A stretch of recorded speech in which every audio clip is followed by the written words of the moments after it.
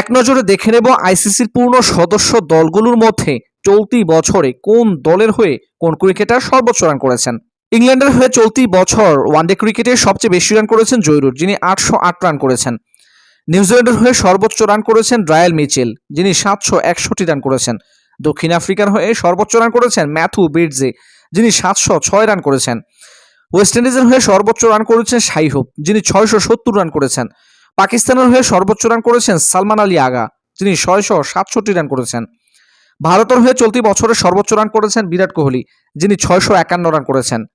শ্রীলঙ্কার হয়ে চলতি বছরে ওয়ানডেতে সর্বোচ্চ রান করেছেন কুশাল মেন্ডিস, যিনি 500 রান করেছেন। আফগানিস্তানের হয়ে চলতি বছরে ওয়ানডেতে সর্বোচ্চ রান করেছেন ইব্রাহিম জাদরান, যিনি 429 রান করেছেন। বাংলাদেশের হয়ে চলতি বছর ওয়ানডেতে সর্বোচ্চ রান করেছেন তৌহিদ হৃদয়, যিনি 388 রান করেছেন। এবং অস্ট্রেলিয়ার হয়ে চলতি বছর ওয়ানডেতে সর্বোচ্চ রান করেছেন ট্রাভিস হেড, যিনি 304 রান করেছেন।